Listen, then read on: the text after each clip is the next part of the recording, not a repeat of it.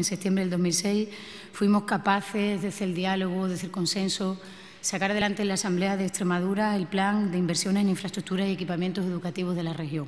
Un plan 2016-2020 que cuenta con 137 millones de euros, financiado con fondos FEDER, una inversión importante y que viene a responder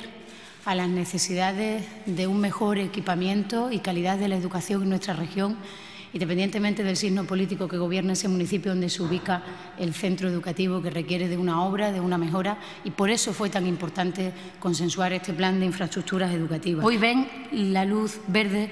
del Consejo de Gobierno dos contrataciones importantes. Se trata de la contratación de las obras de ampliación y redistribución de espacio parcial del Centro de Educación Especial Casa de la Madre de Mérida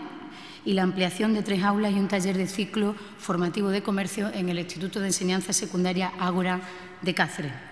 El primero de ellos, la contratación de las obras del Centro Especial de Educación Especial Casa de la Madre de Mérida, se da en cumplimiento a las demandas reiteradas que la comunidad educativa de este centro ha hecho en reiteradas ocasiones a la Administración Educativa, a la Junta de Extremadura. Los socialistas nos comprometimos entonces en la oposición y hoy lo aprobamos en el Consejo de Gobierno sin hacer con ello nada extraordinario, simplemente cumplir con nuestra obligación de gestionar los problemas e intentar alcanzar soluciones razonables a la demanda de la ciudadanía. Hoy, por fin, por tanto, ven la luz verde, cumpliendo, por tanto, con nuestro compromiso sin ser esto nada excepcional.